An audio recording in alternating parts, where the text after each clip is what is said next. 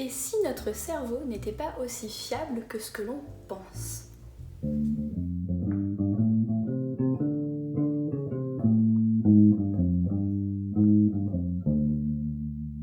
Bonjour et bienvenue, merci infiniment d'être là aujourd'hui. Je m'appelle Florie et je suis écrivaine de science-fiction et de polar, parfois en même temps. Et aujourd'hui, j'ai envie de vous parler d'un autre concept. Donc la semaine dernière, on a parlé de croyances limitantes et pendant tout le mois de septembre, je voulais vous présenter des concepts en fait qui m'ont énormément aidée dans ma propre évolution en tant qu'artiste indépendante. Et aujourd'hui, j'ai envie de vous présenter ce qu'on appelle le biais de confirmation.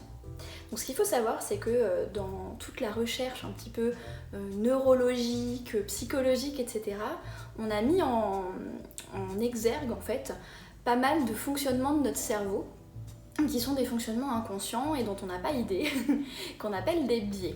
Donc si vous voulez aller plus loin, je vous invite à aller voir un petit peu tout ça, notamment le psychologue s'appelle Daniel Gilbert, qui a publié des vidéos TED, qui a publié un livre qui s'appelle « Et si le bonheur nous tombait dessus ?»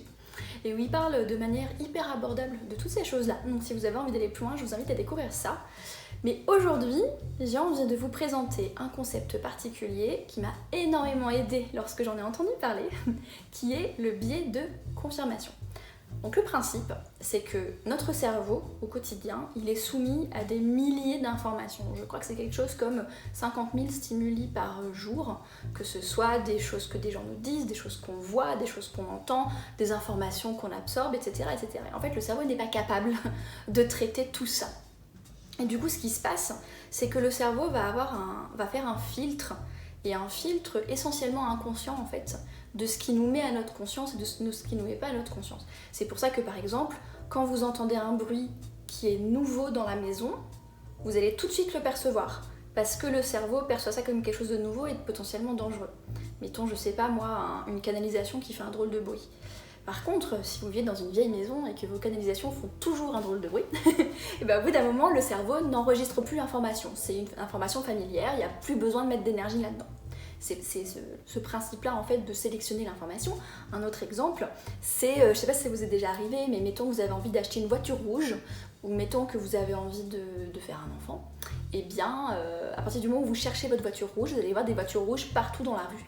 Ou à partir du moment où vous avez décidé de faire un enfant, vous allez voir des femmes enceintes ou des couples avec des bébés partout dans la rue. Parce que c'est votre sujet de focalisation du moment et que du coup vous en voyez partout. Je me souviens quand je cherchais à acheter un appartement en région parisienne, je voyais les panneaux à vendre sur les façades des immeubles partout. Ok, donc ça c'est le principe du cerveau qui sélectionne les informations qu'on voit. Maintenant, qu'est-ce que c'est que le biais de confirmation ?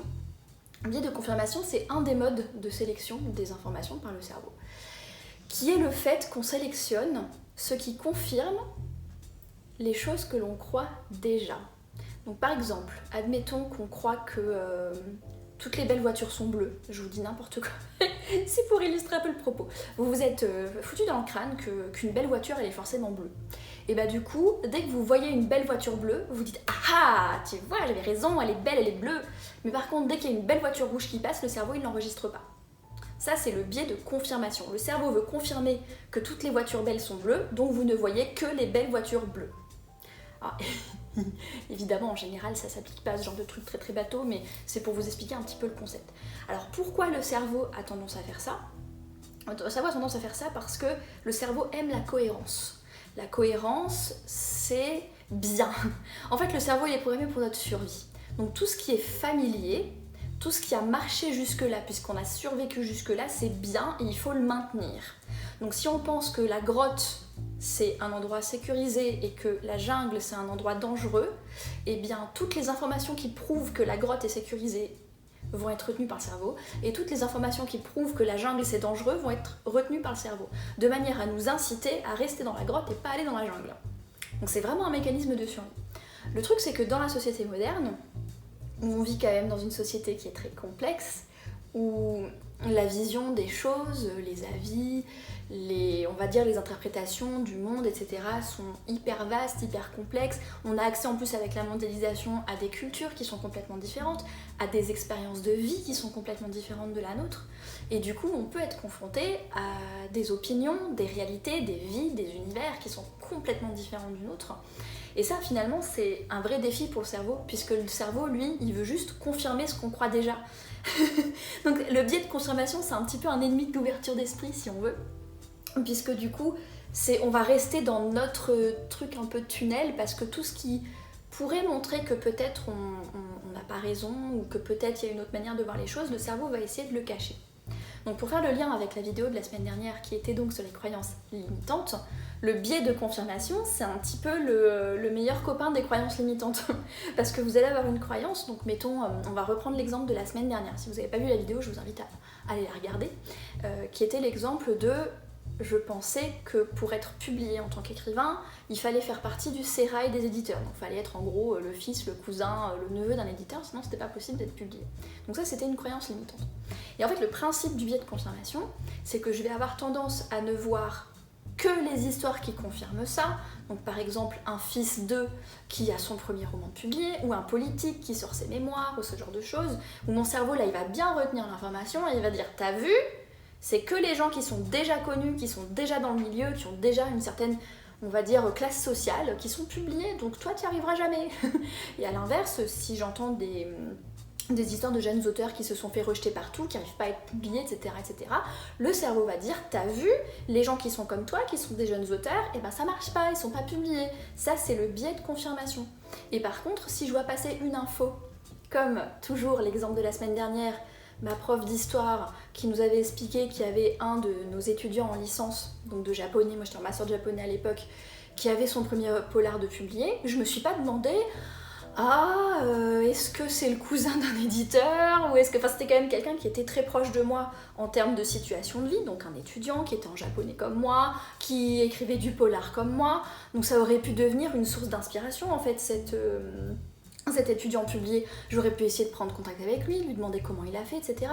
Au lieu de ça, mon biais de confirmation a complètement ignoré l'information. C'est-à-dire, c'est dit, oh, il doit avoir un cousin éditeur, et puis hop, c'est fini. Voilà, donc le biais de confirmation, ça peut être dangereux par rapport à... Si vous voulez vous ouvrir l'esprit, si vous voulez cultiver le sens du possible, si vous voulez justement emmener votre vie dans une direction qui est différente de tout ce que vous avez vécu jusque-là, parce que c'est en fait le cerveau qui lutte pour nous empêcher de changer en fait, et pour nous empêcher de voir le monde de manière différente.